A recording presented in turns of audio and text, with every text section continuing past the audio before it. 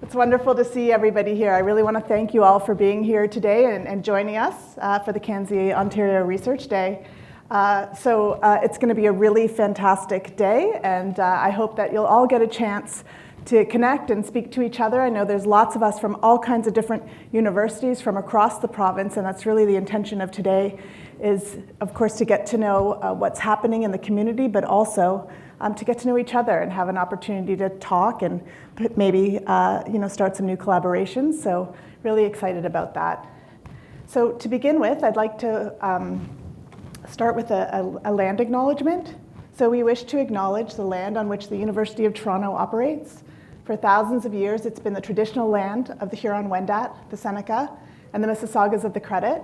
Today, this meeting place is still the home to many Indigenous people from across Turtle Island, and we are grateful to have the opportunity to work on this land.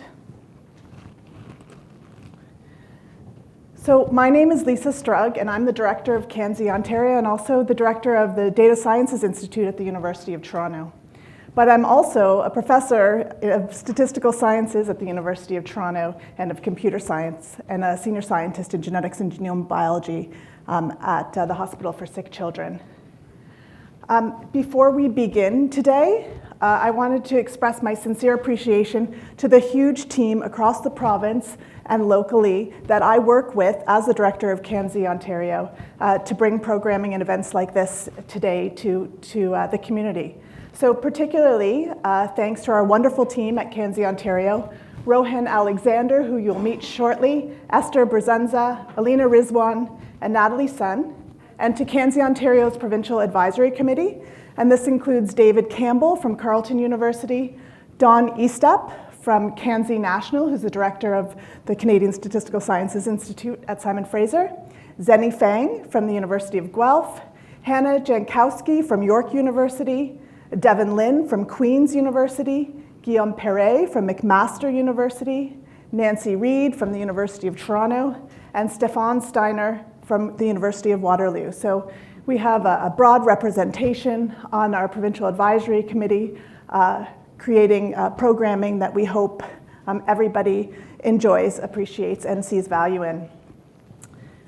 So, of course, we also wanted to comment on our fantastic members from across Ontario who are part of the Canadian Statistical Sciences Institute.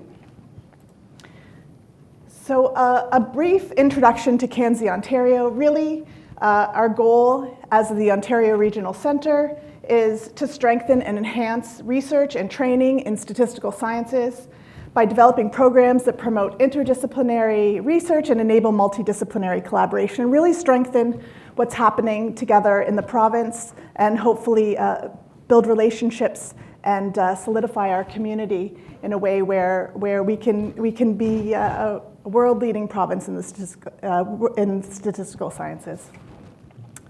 So besides organizing events like today, there are lots of other programs that CANSSI Ontario offers to the community. So for example, we have our Banting CANSSI Discovery Awards in biostatistics. These are for new investigators, $30,000 awards, a really wonderful way for new investigators in your first faculty appointment to start to build your funding profile from a very established and world-renowned organization like the Banting Foundation. We have CANSSI postdoctoral fellowships in statistics, which is a joint effort with CANSSI National, but these are earmarked just for postdoctoral fellows who are going to take up their position in Ontario. So above and beyond what CANSSI National offers, we also have some special awards earmarked in Ontario. We have the Ontario Genomics CANSSI Ontario postdoctoral fellowships in genome data science. If you work in that area, each year there are calls for this program as well, and the emphasis differs from year to year. We have data access grants. I know lots of the community have been taking advantage of these. These are an opportunity to be nimble. If you want to create some pilot data for a grant or you need access and you didn't account for it in your grants, you can just write to us, and these have a high success rate to get funds to pay for data. And I think our goal here is to try to remove barriers to accessing data for our community, and we hope that you found these useful. If you're putting on a workshop or a lecture program, we have small amounts of funds to support you with this. As well as we have the CANSSI Ontario STAGE program, which is a training program for postdocs and for graduate students in genetic epidemiology and statistical genetics. And the next application round is October 18th. So you can see that we have a lot of programs, and I hope that and opportunities to support your work, and I hope that you continue to take advantage of those. We also have many upcoming events that we wanted to highlight besides today, so please take advantage and attend those that you are interested in. These include stage talks. These are talks through the training program in multi-omics, data integration, genomics lecture series. We have one with Jonathan Marchini coming up, as well as Genevieve Wojcik. We also have the Applied Research and Education seminar series organized by the Provincial Advisory Committee, and some of these talks are on not just at the University of Toronto campus, but on many campuses at your universities. Michael Mina will be speaking in September. And also a note for some activities coming up with CANSSI National, such as the Town Hall and the CRT workshop. So please check out the websites and to take advantage of those opportunities. Now let's get to why we're here today, and this is of course the CANSSI Ontario Research Day. So this is our third research day, and this year what we wanted to do is we wanted to celebrate and welcome new faculty to our CANSSI Ontario Statistical Sciences community. And we wanted to hear about the research that all of these new faculty are engaged in and provide opportunities to build a stronger and more connected community by all of us getting together here today. So you're going to hear talks in the areas of statistical methodology, applied statistics, and in biostatistics. But we've sprinkled them, each of those, throughout the three sessions. So you'll see a little bit of each of those in all three sessions, as opposed to dividing it up by theme. We hope that you will also join us at the trainees poster session at lunchtime. And you'll be able to walk around and have a conversation with the trainees as well and see the wonderful work that's supported by CANSSI Ontario, and also that's contributed by your students from across the different universities, member universities. So what are we going to do today? Well, we're going to start the day with talks from Devan Becker from Wilfrid Laurier University, Xin Bing from the University of Toronto, Sanjeena Dang and Utkarsh Dang from Carleton University. And then we're going to have a break, and then we're going to hear from Osvaldo Espen Garcia from Western, Kevin Grenville from Windsor, Prathipa Jaganthan from McMaster, Brian Lynn from Queen's University. And then during lunch, I hope everybody will join us for the trainee poster session, and feel free to walk around and engage with the trainees and discuss all of those exciting projects that they're working on. And then in the afternoon, we'll hear presentations from Pouria Ramazi from Brock University, Kelly Ramsey from York University, Justin Slater from Guelph, Lan Wen from Waterloo, and Joseph J. William from the University of Toronto. So you can see that we really have a wonderful mixture of new faculty from across the province, and I'm really excited to hear about the great work that they're bringing to our community. So the end of the day, we will be honored with the annual Distinguished Lecture Series in Statistical Sciences. And this year it is delivered by Professor Susan Holmes of Stanford University. Her talk is titled Hidden Variables Using Statistics to Decode Heterogeneous Microbiome Data. So please join us at the end of the program with an informal reception following that lecture. And the reception is going to be held in this room, and there will be light refreshments. So as we kick off this exciting day of speakers and of presentations, there are a few important pieces of information. In terms of questions, we ask that you address questions at the end of each speaker's presentation. And all of today's speaking sessions will be recorded, and they will be shared on CANSSI Ontario's website in the coming weeks. But if you would like access to a presenter's slide, please reach out to one of our staff members directly. The bathrooms, I know that's important. They're located just over there to the left of the room, that way. Thank you again for joining us today. Really excited to get the day started. I'm going to now pass things off to the monitor of the first session. Unfortunately, Hannah Jakowski from York is not able to join us because she's ill today, but Rohan Alexander will be moderating the first session, and I invite Rohan to come up and get us all started. So thank you very much, and I look forward to talking with many of you throughout the day. Today's panel, I'm just going to introduce everybody to try and create some efficiencies here. But our first speaker will be Devan Becker. Devan is in the math department at Wilfrid Laurier University. He's an assistant professor, and he focuses on data-driven advancements in statistics and data science. Our second speaker will be Xing Bing, who is here at University of Toronto in the Department of Statistical Sciences. And he joined us in 2022, and before that he was at Cornell. He's also organizing our seminar series, so if you'd like to come and talk this year, you should go and talk to Xing. Our third speaker will be Sanjeena Dang, who's at School of Math and Statistics at Carleton. Sanjeena is an associate professor and Canada Research Chair in Data Science and Analytics at the School of Mathematics and Statistics.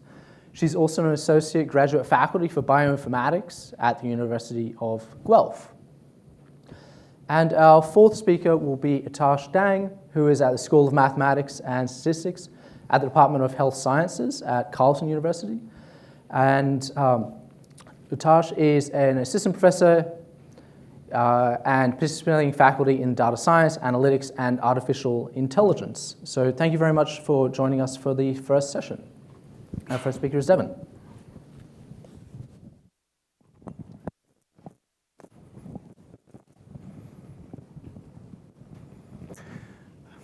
I've already got one, I'm not sure. Yes, it is working. All right.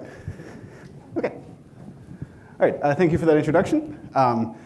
So I'm going to talk about SARS-CoV-2, the virus that causes that disease. Some of you might have heard of COVID-19. People might have had it. Just before I get started, how many people had COVID-19 at some point? Okay, next question. How many of you went to the doctor about it and got a sample taken and know exactly which variant of concern or variant you had? 2, all right.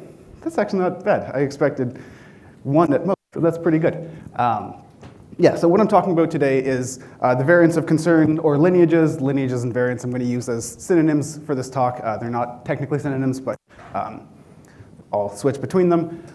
So variants of concern of SARS-CoV-2 from wastewater without any clinical sampling, as if we never had anyone go and get their genome sequence for their SARS-CoV-2. So specifically in wastewater, just to kind of specify the challenge that we're facing, in wastewater we get about 400 nucleotides, so 400 letters of the genome sequence of SARS-CoV-2 at a time. Meanwhile, the actual genome is 29,000 letters long. So we're getting a very small amount of the sequence in wastewater. It's not enough to say these 400 nucleotides correspond to Delta, these 400 are from Omicron, these 400 are BA1, BA2. We can't do that, so instead we have to use other methods. So the way variants or lineages are generally defined is just whether or not they have certain mutations. So that T7G, it's not too important what that means, just know that it's at the 7th position, the 7th letter of the genome sequence. The letter T changed to a G, that's the mutation that we're dealing with. And that mutation is part of the definition of lineage X, so that could be Omicron, Delta, those sorts of things. At position 3, a C changed to an A, and that mutation is present in lineage X and lineage Y. And at position 4, there's a mutation specific to lineage Y. And then in the wastewater, we can't just look at these 400 base pairs are clearly Omicron and these 400 base pairs are clearly lineage Y. So instead, we just look at mutation T7G. We observed this one out of 10 of the sequences we got from the wastewater, and 30 of the sequences in the wastewater had position 7 on it. So we know that this mutation happened at the 7th letter of the genome. We saw the 7th letter of the genome 30 times, and so we saw this mutation in 30% of our wastewater samples. The assumption here being that If lineage X has this mutation in it, then the proportion of the wastewater made up of lineage X is probably close to something like what its individual mutations are, accounting for the fact that some of things are in both of them. So C3A is in both lineage X and lineage Y. It was observed in 100%, and that makes some amount of sense. It might be that the lineage X, the proportion of lineage X plus the proportion of lineage Y should add up to 100 in this wastewater. That makes some sense. To codify that into math, we have a vector of our responses, the 0.33, 1, and 0.33. We assume that that's approximately equal to the definition matrix times the proportions, beta X and beta Y. So that 0.33 should be T7G is in lineage X, so we add the proportion of lineage X. It's not in lineage Y, so we don't add the proportion of lineage Y. And this works out to just a linear modeling framework. Linear models aren't a simplification of the problem. Linear models are just a natural way to model this data. Specifically, binomial GLMs. For anyone teaching regression, this is a binomial GLM with an identity link function, so that happens, and with no intercept. So if you've ever assigned a homework problem that says try fit a model without an intercept, it happens. These are real models that we use. So yeah, the binomial GLM is because we have the number of successes and the number of trials. So we've got something like a binomial distribution. There's some extra variance around that, but we're not going to get into that. There's a couple of models already out there that do this and do this quite well. My research is not just estimating these proportions, these beta X, what proportion of this wastewater is lineage X and which proportion is lineage Y. My research now is how do we estimate this thing? How do we estimate the lineages without a clinical sequence to tell us where those lineages come from? So again, 2 people in this room have had their genomes, their SARS-CoV-2 genome sequenced. That's pretty rare, and it's less and less common now. It's an expensive process. We prefer not to have to do that, so we're just going to use wastewater alone to try and figure that out. A quick look at mutation frequencies in actual lineages. So B117, the mutations that make up B117 were present a lot up until about mid-June. B1351, I just want to point out these empty circles represent a mutation that's in B1351, but it's also in another lineage. So everything that's an empty circle, I think for B1351 mostly for the, those mutations are also present in B117. And then we see B1617, nothing until about mid-June, it takes off, takes over from B117. And P1, we see some sporadic observations of mutations that define P1. Same with B1351, there's occasionally some mutations unique to those lineages that we observe. Another way to display this data is this little table on the left, and it highlights how this method might work. So in this, mutation 1 at time point 1 was in 90% of the samples that we took. Mutation 2 at time point 1 was in 100%. Mutation 3 was in 80%. 4 and 5 were rare in this. At time point 2, we also observed high frequencies for mutations 1, 2, and 3. As we move to time point 3 and time point 4, we see frequencies for mutations 3, 4, and 5. And so just from this, it looks like mutations 1, 2, and 3 tend to appear together consistently over time, and mutations 3, 4, and 5 tend to appear together consistently over time. And so we can guess that this might be the definition matrix.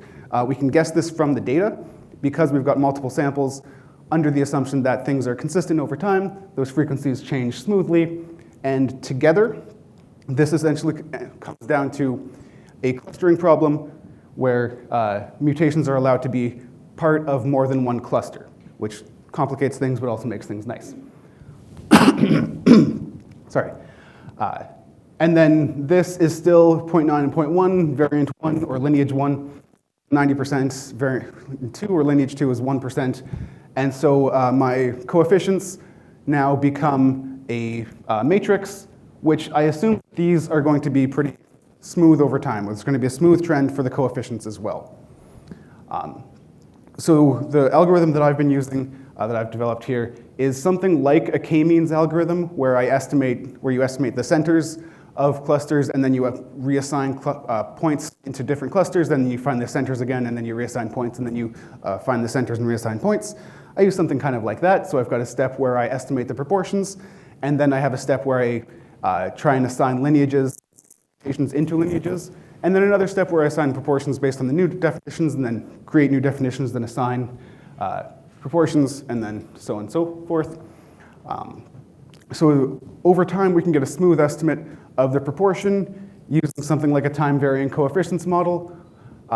This is fit pretty easily in generalized additive modeling framework, where we've got the lineage definitions here, whether or not a mutation is present in a lineage. That is the same across time, we're assuming. And then the proportions of each lineage changes smoothly over time. We can estimate that with a spline, a smoothing spline of some sort, or a Gaussian process. And this allows for the same linear modeling kind of framework. We can have constraints on the coefficients so that they can't be above 1 or below 0. And then the other step is assigning mutations to splines. There's a convex version where x is allowed to be any number. It's just beta j of t is a fixed number, and then xij is something that we estimate in something like a linear modeling framework.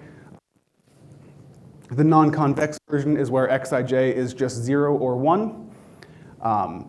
And so basically that means check all linear combinations of beta j of t against the frequency of a given mutation at any given time. So it's comparing two time series, which sum of these time series for beta j best matches the time series for observed frequencies. So in general, the algorithm is, number one, we do have to choose k. This is a clustering algorithm. We're going to have to choose the number of clusters that we search for. It's better to have too many in this, and I'll say why later on this slide. Initialize what the definitions might be. It can be initialized according to known variant definitions. That's boring, and that also requires known variant definitions. There's a whole lot of potential issues with them, and they don't cover all of the mutations I might want to cover. But we initialize it either randomly, generally, or I've got a slightly more sophisticated way of initializing it. And then back and forth until we have converged. We estimate the proportions of each lineage, and then we estimate the lineages, and then estimate the proportions of each lineage, then estimate the lineages. And if the lineage definitions don't change from one step to another, then the proportions aren't going to change, and algorithm has essentially converged. So some results. First off, we'll talk about if we know what the variants are, if we know what a lineage is, if we can define B117 according to this list of mutations, and then use that binomial GLM independently in each sample, not incorporating one sample to another. Each one of these dates is a single sample, and so we've got B17, as we saw from the mutation frequencies, dominant until mid-June, and then B16172 takes over mid-June, and we've got sporadic observations of B1351 and P1. Another way we can do this, just as kind of another comparison metric, is non-negative matrix factorization. So the frequency mutation that I showed, the frequency matrix that I showed, is the lineage definitions matrix times the coefficients matrix. That's just a matrix factorization problem. We can apply this. We get this advantage of the mutations are chosen without clinical sampling, but we have to choose the number of clusters to search for. Non-negative means it's going to be positive, but otherwise these coefficients go up to 6, and we don't have 600% of the wastewater being lineage. I called it lineage Balrog. I named the Kraken lineage was, somebody had nicknamed it lineage Kraken, and that was out. I'm more of a Tolkien guy, so I went with Balrog, Shelob, Uruk-hai, unfettered industrialism, and other evil beings from Tolkien's work. So for this, because I don't have clinical sampling that I can say that this is what the sample is, or what the variant is, Balrog is an unknown collection of mutations that was present together over time up until mid-June. Uruk-hai took over mid-June with sporadic observations of Shelob. And then the method that I'm using is explicitly a smooth trend over time. And again, I get Balrog being dominant until mid-June, Uruk-hai taking over mid-June with random flares of some third variant. One thing, I think I didn't actually state this on that slide when I promised I would. The number of clusters is estimated by the algorithm. So the algorithm will occasionally remove clusters if it feels that there's not enough mutations in that cluster to be reasonable. So K was actually estimated. I get smooth trends over time, and I match clinical definitions.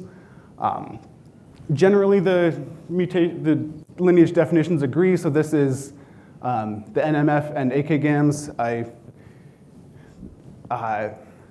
think I might skip this. I sent in a previous early version of this slide instead of the final version, so I have a bullet point that says AK-GAMs.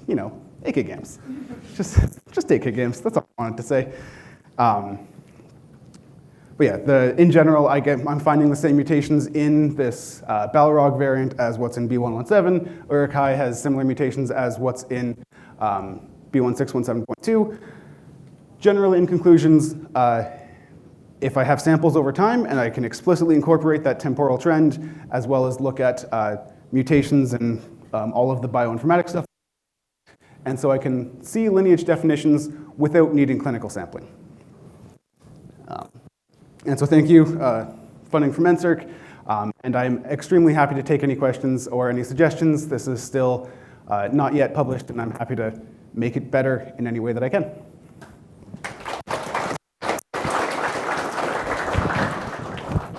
All right, so we'll get directly started. Hi, everyone, and thanks, Rohan, for the introduction. Welcome, everyone, to University of Toronto. I'm Shin. I'm the assistant professor who just joined the department last year. I want to apologize in advance in case I cough too much, because I got a cough 2 days ago. I tried to refrain it from the talk. Okay, so today, my talk is about the linear discriminant regularized regression. So let's start with a first acknowledgement. This is a joint work with Bin-Chin on the left-hand side. So she's my first-year PhD student, and the Professor Martin Wellcome at Cornell. He actually is one of my PhD supervisors at Cornell. Okay, so the talk consists of 4 main parts. I'll start with introduction. I'll give everyone the context we're looking at. Basically, it's going to be a classification problem, and it's related with linear discriminant analysis. And then I'll state some challenges in high dimensions, and that will motivate our methodology. Okay, and then I'll give details of our whole approach, and then I'll present a few real data analysis that demonstrate the effectiveness of our approach, and then I'll conclude with a brief summary. Okay. All right. So, oops. It goes too far, sorry. All right. So I'll start.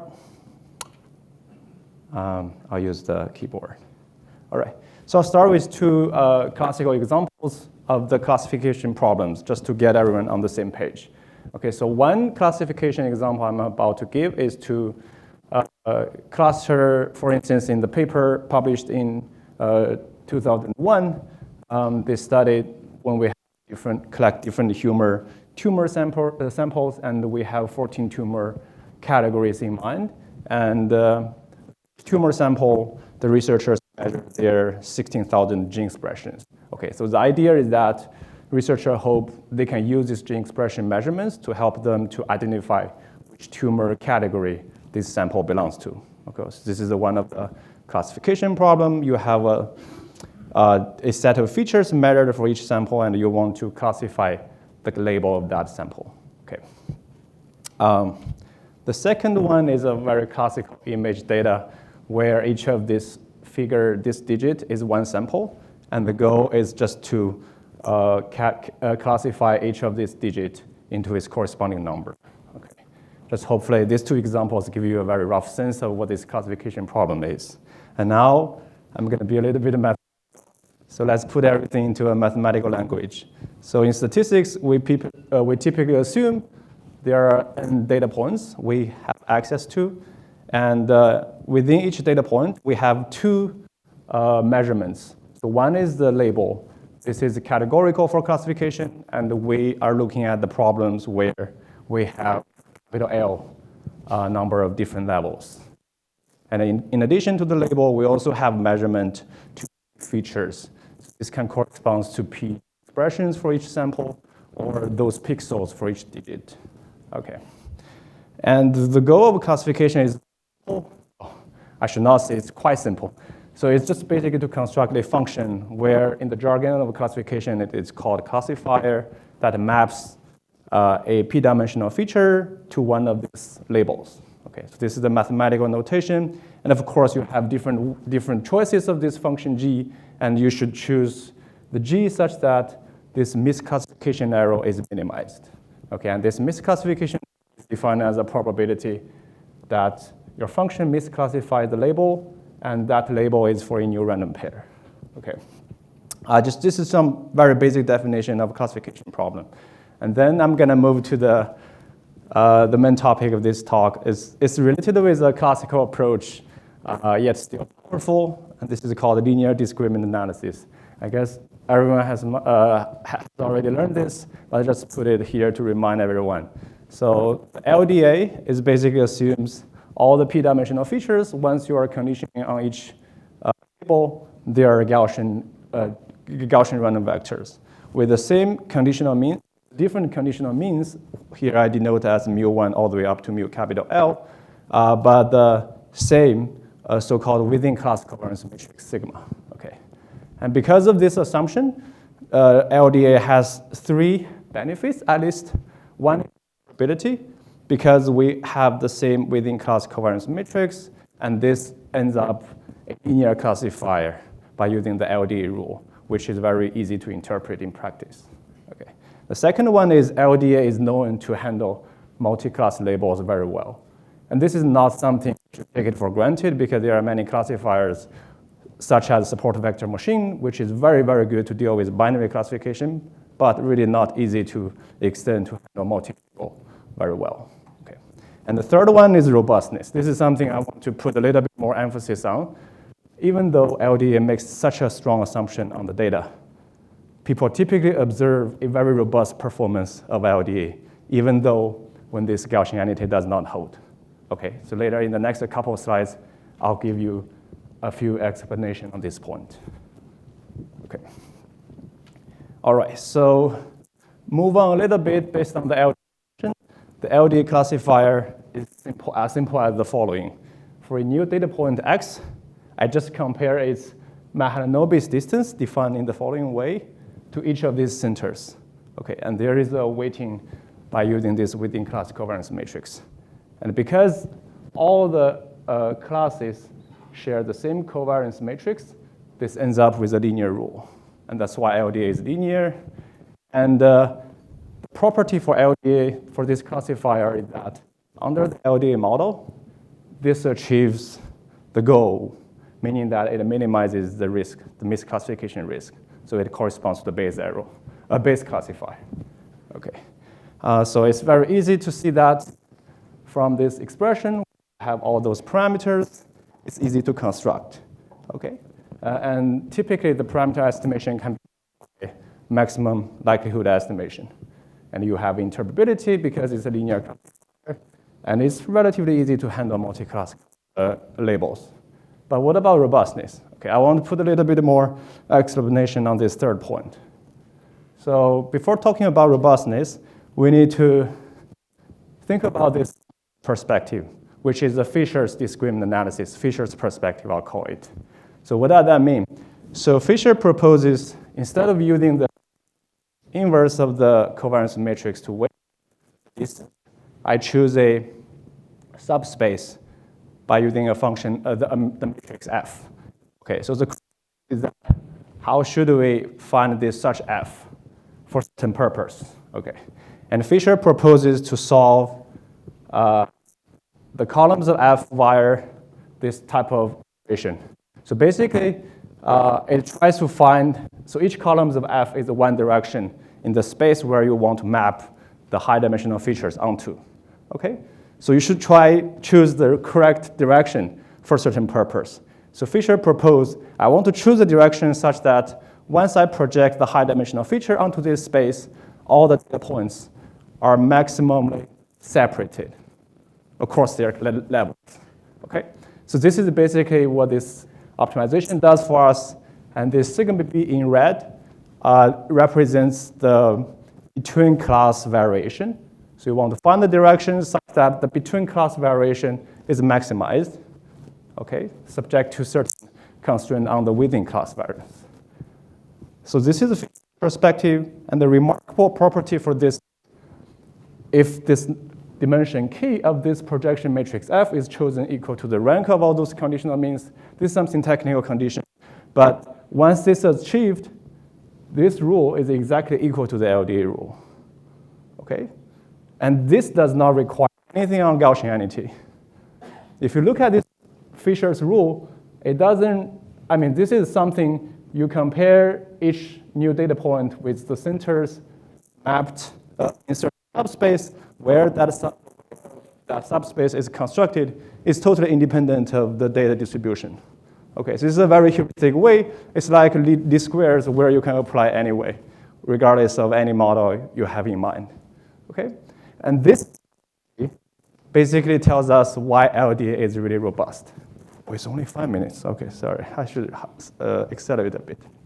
Okay, so now I have talked a lot too much about the benefits of LDA. So now in terms of estimation of LDA, because this really motivates our approach, is that if you count the numbers of parameters estimated in high dimension, when P is really large, L is really large, you cannot really estimate this easily.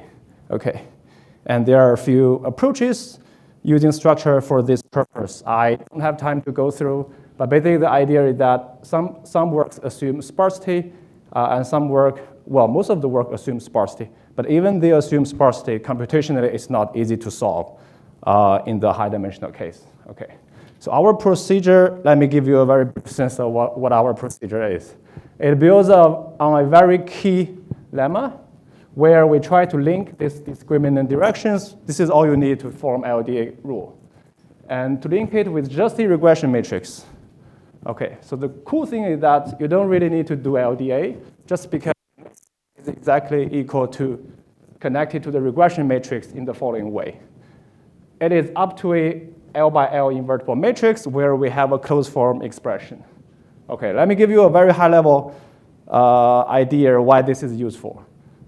To construct the LDA classifier, all we need is to estimate this matrix. Now, we really don't need. We first just do a multivariate response regression. And then we can estimate this H by plug-in estimation because we have its closed form expression. And then we just plug in to estimate this matrix, and you are done. Okay, this is a 3-step classification procedure. All right, so I'll start with the first step, benefit of first step. So this is a multivariate response regression where we have L responses and P features. And this is a classical approach we can do. We enjoy a lot of flexibility in terms of a lot of existing methods, including regularized regression. Even non-parametric regression can be used here. And it's very efficiently, computation is very efficient. And also, we also inherit some notions from the regression setting. For instance, degrees of freedom, that can be very useful for selecting those hyperparameters and also the bandwidth for non-parametric regression. Okay. And the second step, once we have B hat, we can just estimate H by using this closed form. It's very easy, you just use a fit. And then the second step is just use a plug-in to do the classification. Okay. And these second steps are much easier because everything here happens in the low dimension, L dimension, which is much smaller than P. Okay. Before moving to the real data set, I want to give another alternative procedure for our algorithm where we replace the last 2 steps by using the Fisher's way. Okay, the first step is still the multivariate response regression. For the second way, for the last 2 steps, instead of using this plug-in estimation, as we did here, we try to use the Fisher's perspective to make this procedure more robust. So what do? We start by writing this LDA classifier. You just replace this within class coherence matrix by the following expression, and using our key lemma, we arrive at this. Okay, all you need to focus is the following. This B transpose X, if you think this as a low-dimensional transformed feature, this is something latent we don't observe. But once you know B, you have this. And then the red part is just the conditional mean for this low-dimensional thing. And this blue part is the within-class covariance of this thing. Okay, so this basically means once we have B, transform the data to a low-dimension space, and then we do a LDA on that. Okay. So how do we use? And we can mimic the features perspective. Instead of using all the within-class covariance in the low dimension, we can find certain subdirections by using this FDA rule, such that the projected data is maximally separated. Okay. And here, this B times alpha K is the overall discriminant directions one can try to extract. And typically, you can specify K equal to 2 so that K equal to 2, so that you only extract 2 directions. You can visualize everything in that 2-dimensional space. Okay, so I'll quickly go through a real data set that we have analyzed. We analyzed, applied this procedure to 3 gene expression data sets. These are high dimension and 1 low-dimensional footprint data. Okay, all the information is contained here, and this number of classes can be greater than 2. Okay. And we consider different penalty choices in the first step where we do multivariate response regression. But because of this high dimensionality, we typically need regularization. We consider this the entry-wise lasso plus ridge. This is the group lasso plus ridge, and there is also a reduced rank plus ridge. The reduced rank is because sometimes sparsity doesn't make sense. You really want to extract certain low-dimensional directions for prediction purpose. You really don't want sparsity in many cases. Okay, so, and we compare with some existing approaches in the literature. These are all assumed sparsity, related structure, and also independence among the features. The following is it's the results we have. It's based on 75-25 data split with 50 repetitions. And the table contains the average miscalculation errors for each procedure. And you can see depending on the structure of this data, right, the regularization needs to, certain regularization would give a performance. For instance, in the high dimensional data, choosing this group loss ridge would give us the highest accuracy. And sometimes you want to use the reduced rank plus ridge. Okay, but the bottom line is that this procedure seems to be flexible enough to incorporate all those regularization, and it has appealing advantage over the existing ones. But I want to mention that this RDA is pretty good overall against the proposed method. But one net advantage that I mentioned before is that our method can be used for a 2-dimensional representation, visualization. This is illustrated in the following figure, where we just distract 2 discriminant directions and plot the data in those 2 data subspace. And you can see for many data sets, the data points are already well separated into this space. And this is hopefully this is very useful in practice to visualize it, for visualizing the data. All right, so very quick summary. This is the procedure we propose. If all you want to remember is that for multi-class classification, if you aim for a linear classifier, the first step is to do multivariate response regression. And then once you have it, you can just do a feature discriminant analysis on the resulting direction. Okay, and that's the bottom line of this. Computation is very fast and it's very stable. I didn't have time to present here. We have the whole theory for this whole procedure, includes any penalization of this first step as well as the second step. Okay, so that's everything. Thank you very much for your attention. All right, welcome everyone. Well, first of all, thank you to the organizers for the invite to come and present my work here today. So I will be talking about clustering multivariate count data using mixtures of multivariate Poisson log normal distribution.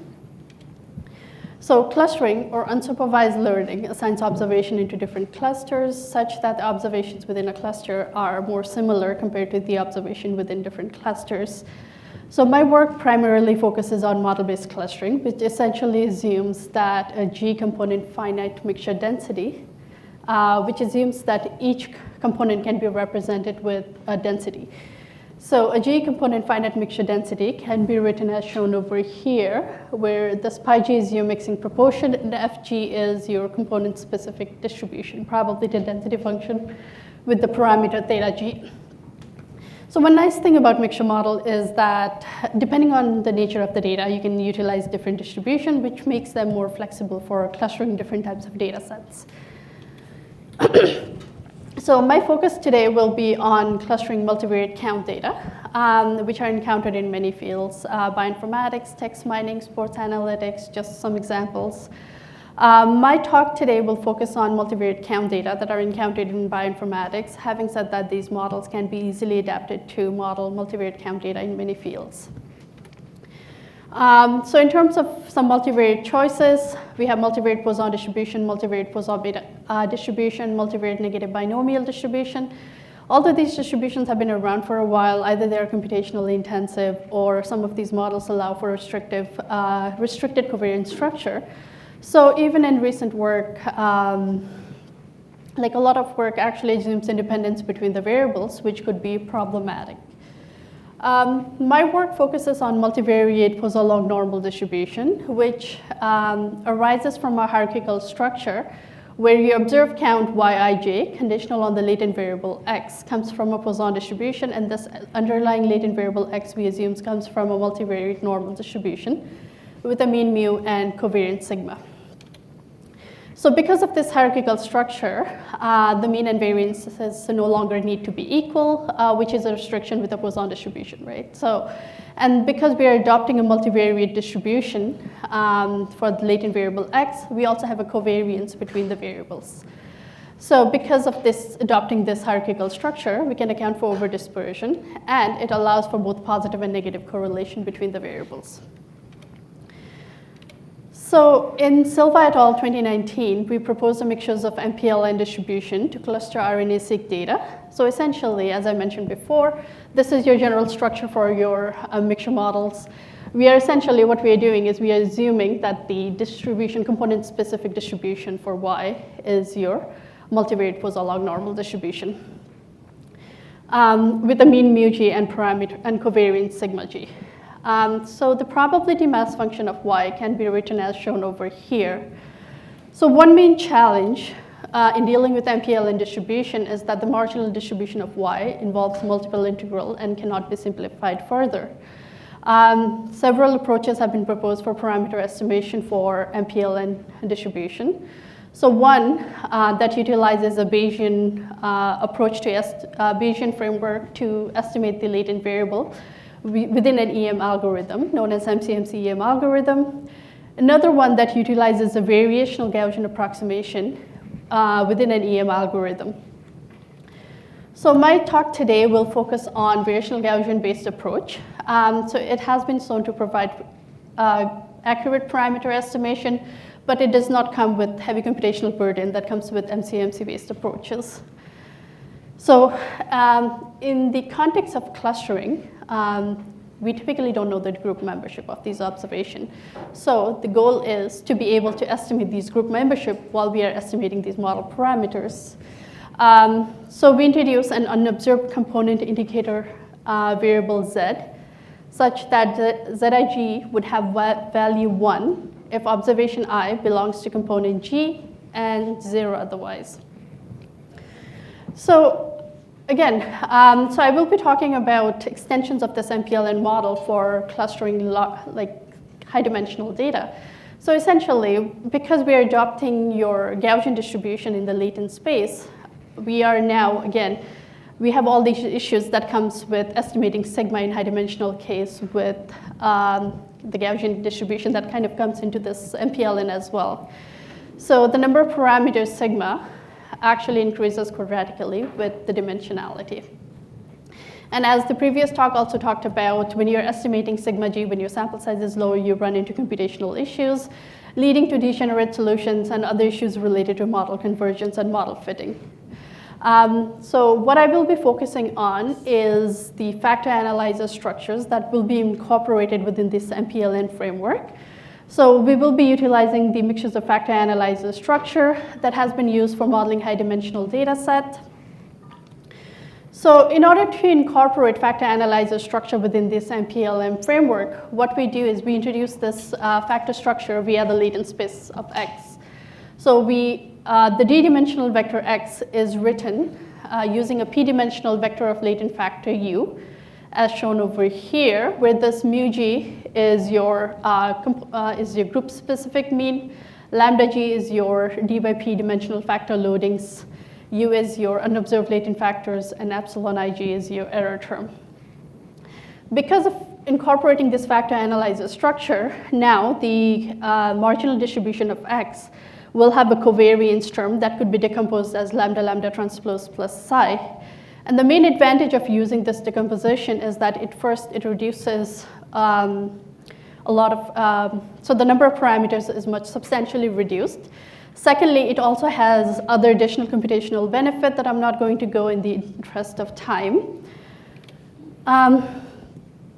So how do we incorporate, why do we care about the variational Gaussian approximation? So one of the main challenge is that we need, in order to utilize an EM algorithm, is we need the expected value of our latent variables.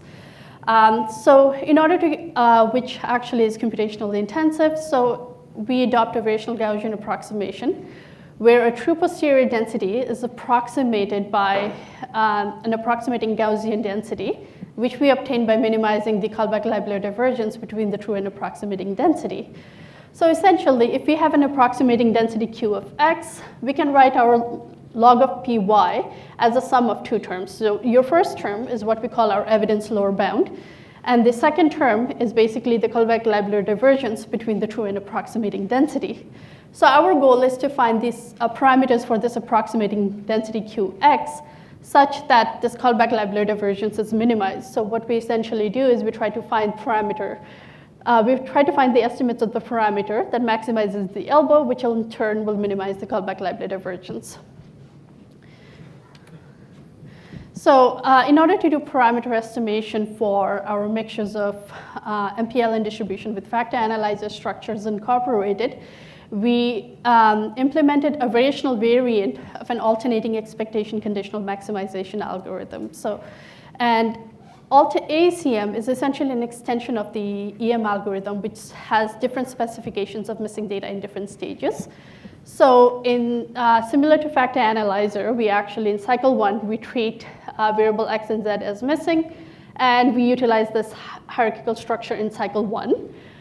In cycle 2, we treat x, u, and z as missing, where u is our latent factors coming in from factor analyzer, our x is our latent variable, and z is our component indicator variable. And then we have this following hierarchical structure.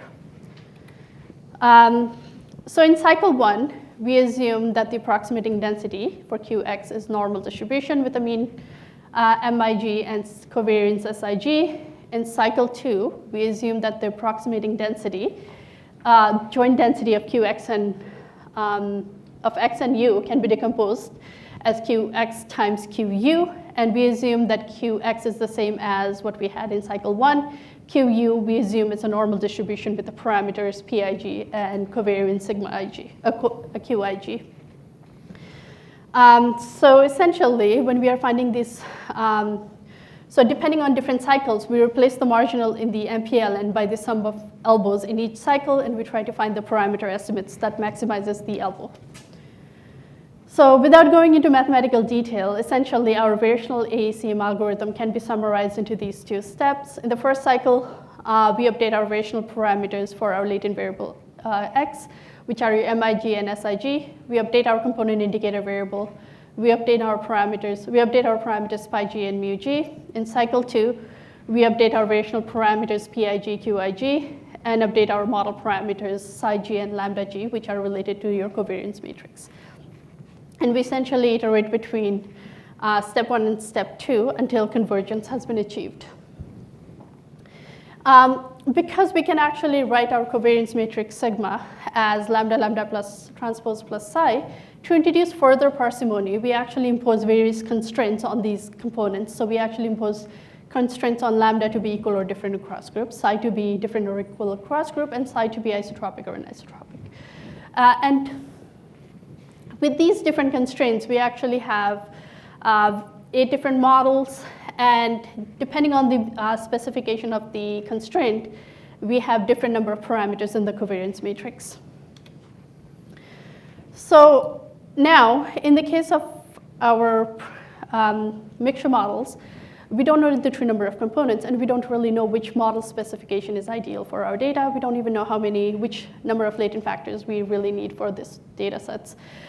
So in practice, we run our model for a range of different components, all the models, and a range of different latent factors, and we choose the best model using a model selection criteria a posteriori. So in our case, we use Bayesian information criteria, which essentially penalizes the log likelihood for the number of parameters and sample size. And in the case of simulated data, where we know the true cluster labels, we use a measure called adjusted RAND index to assess the clustering performance. So an adjusted RAND index of 1 would indicate a perfect agreement, and expected value of ARI under random classification is 0. All right, so again, this is a paper that we have just submitted. So again, I'm not going to go into all the simulations that we have in the paper, but here I'm just giving an overview. One of the simulation studies, so we generated 100 data set from a CCC model with 2 components and with pi equal to 0.32 and 0.68. For each simulation, we generated 100 data sets with dimension equals to 10, p equals to 3. And we ran our algorithm for g equals to 1 to 3 and p equals to 1, 2, 3, and 4. And again, we ran all our 8 models. And we used BIC for model selection. So as you expect, typically in simulation studies, your model will tend to perform well. So in this case, we were able to recover the correct model, the correct number of components, and the correct number of latent factors in all 100 data sets with an average ARI of 1.00. And these are the estimated means. So the first one is your true mean. The second one is estimated means, estimates of the means, average of the estimated means from 100 data sets. And this is the standard error. And as you can see, they're actually fairly small, which indicates that we are able to recover the correct model, correct number of components, as well as the parameter estimates are very close. So we applied our approach to RNA-seq data from the breast cancer data set from the Cancer Genome Atlas Pan-Cancer Analysis Project. So the data set consists of stage 1 to stage 4 breast cancer. So what we did was the original data sets was, I think, a few thousand genes. We actually did some pre-processing. We selected the top 50 genes. So we basically selected the top 50 genes with the largest interquartile range. On the log scale, we ran our algorithm for g equals to 1 to 8 and p equals to 1 to 10. And we used BIC for model selection. So we selected a model with 5 components, 6 latent factors, and a CUU model. And here's the visualization of the recovered cluster structure from the data. So these are all the genes that we have here, and these are the 5 clusters. And as you can see, these 5 clusters typically tend to have distinctive expression profile.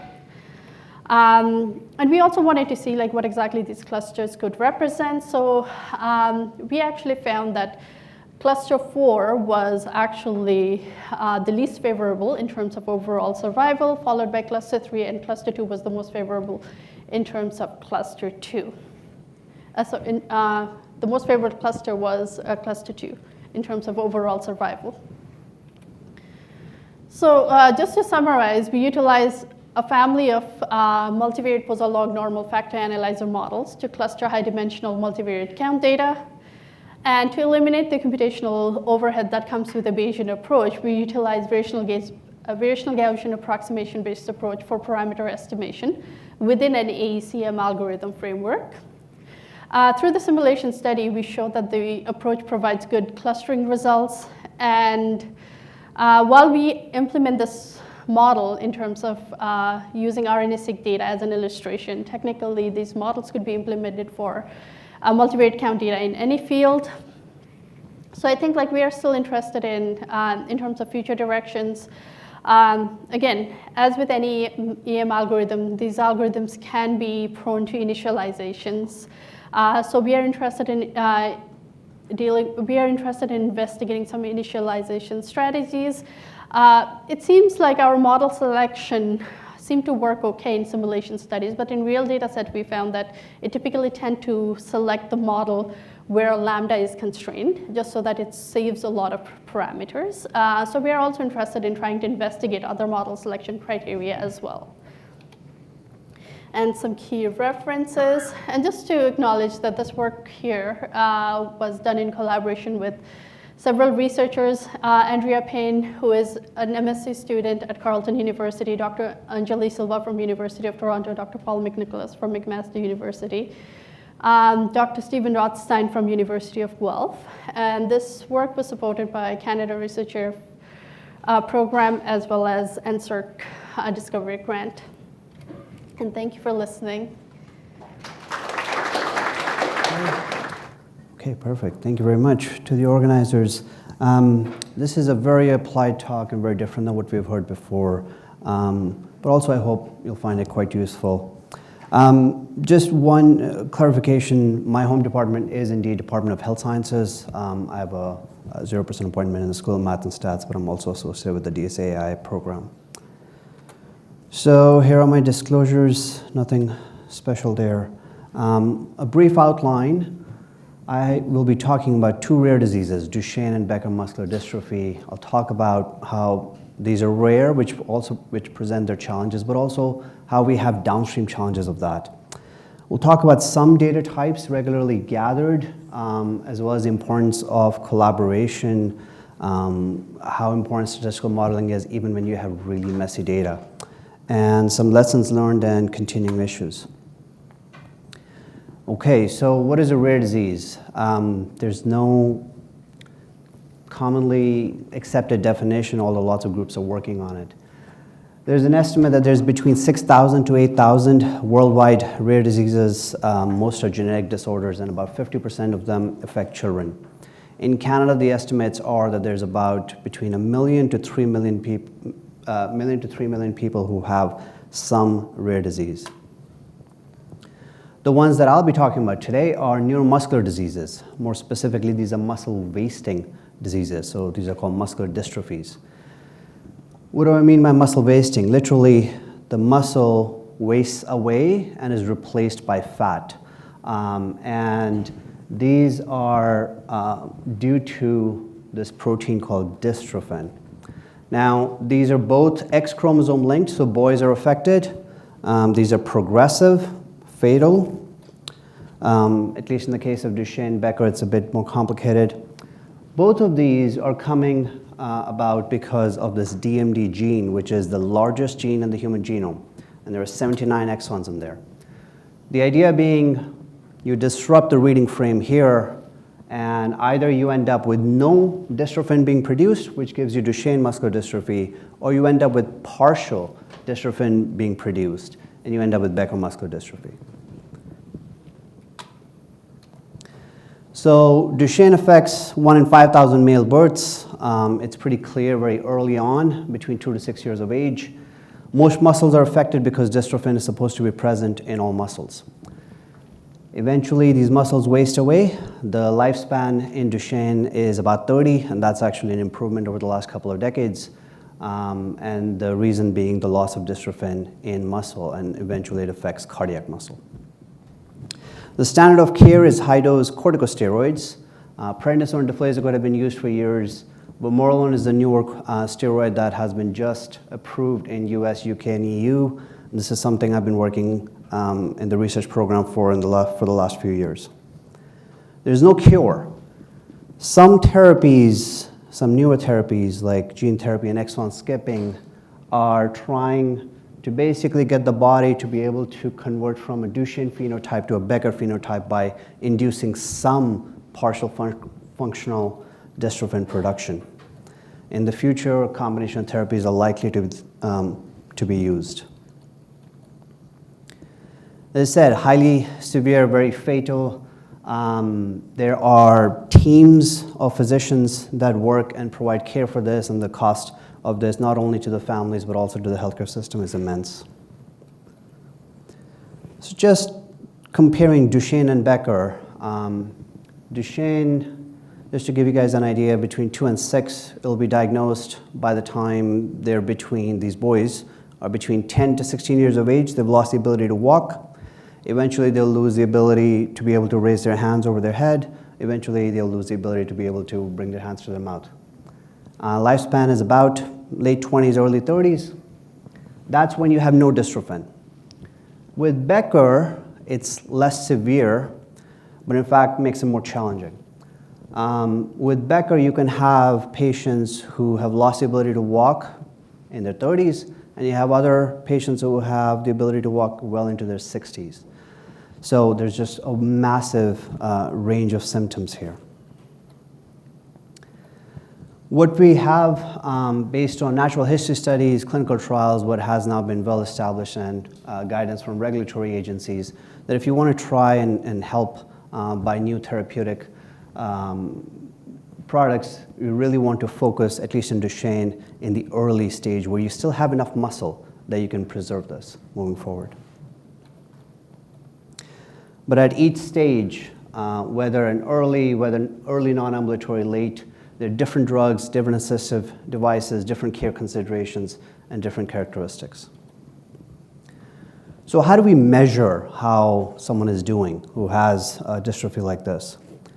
Well, it's a muscle wasting disease, so we can measure strength or function. So a very commonly used test is you lie in the supine position. How long does it take? You measure with a stopwatch. How long does it take to get up to a standing position?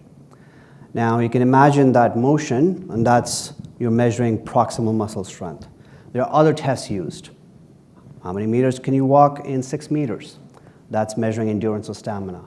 How fast can you walk 10 meters? That's measuring acceleration. When we're doing this in 4 to 10-year-old boys, you can imagine motivation questions, how good of a day they're having, and so on. There are other outcomes that we can use, a bit more objective, which are imaging-based, like MRI. Very expensive. Getting a 5-year-old to stay still in an MRI, it's complicated, and not all hospitals have this. So while very useful, they're only used in some centers. And the adverse events. Remember those steroids I mentioned? You have to take them daily to have proper benefit, which means you have lots and lots of adverse events.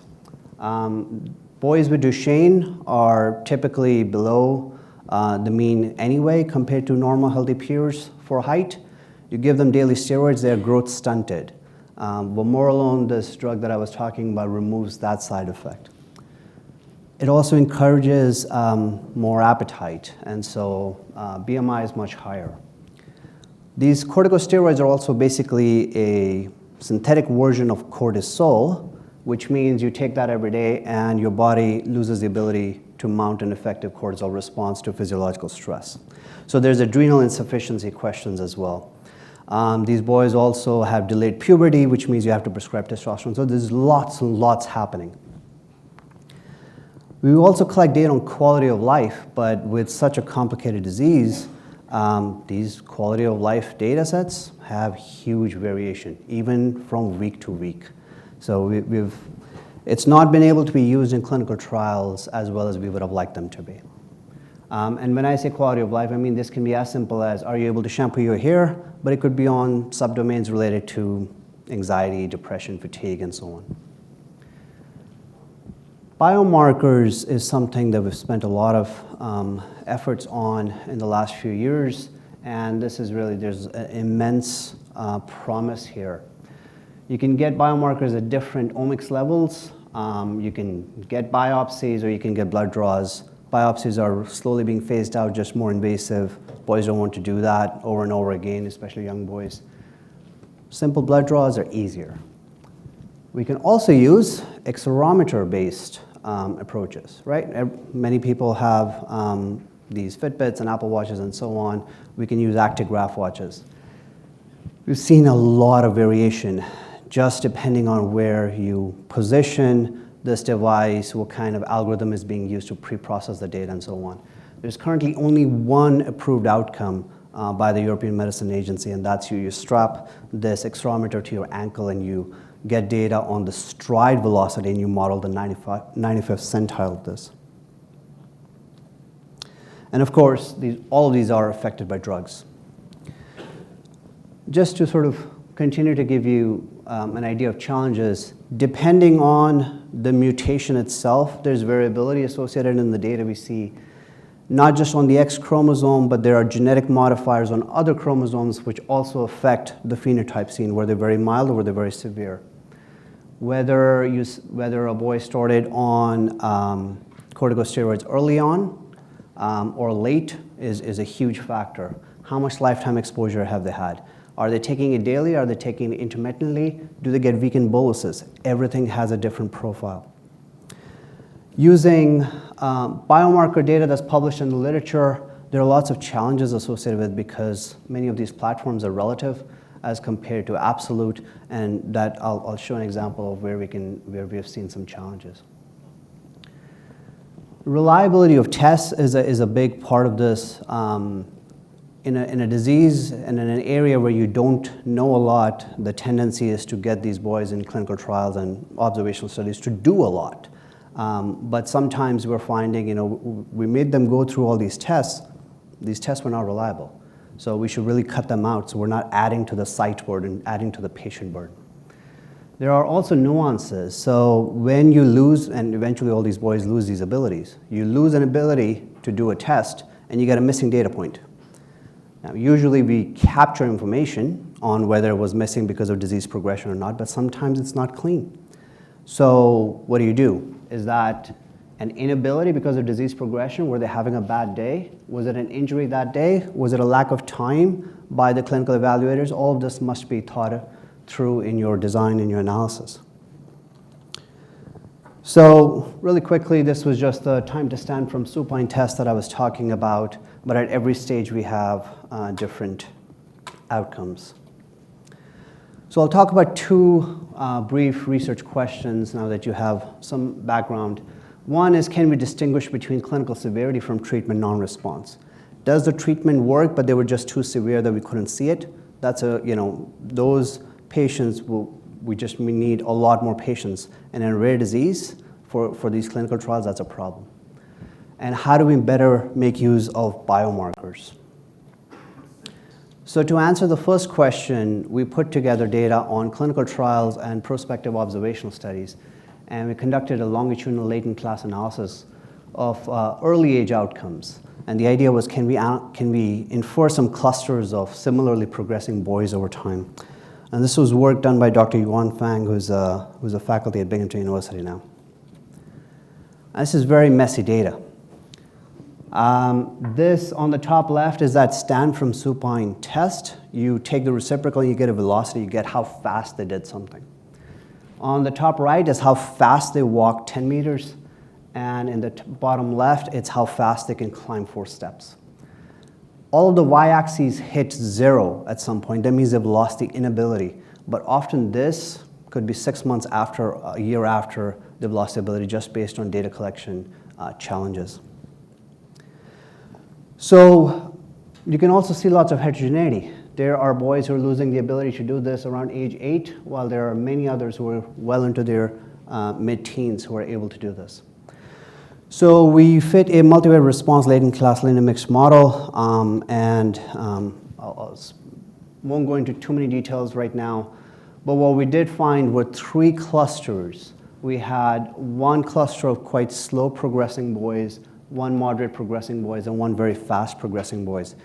This fast progressing boys were about 10% of the data that we had. And you can see these trajectories, I mean, they're pretty flat. There's no improvement. The one in the middle, the one on the right-hand side, there's some improvement early age on before it starts to decline. In the literature before, or colloquially, we've called this the honeymoon period often. Interestingly, what we found was in this moderate progression group, if you look at those who were not exposed to steroids early on versus those who were, this is the largest difference. The idea being, and we did some sample size calculations, that if we were to somehow enrich our statistical, our trials for this group, we can have greater power with fewer participants. We're not quite there yet. We would need a validated prognostic model at baseline to be able to do so.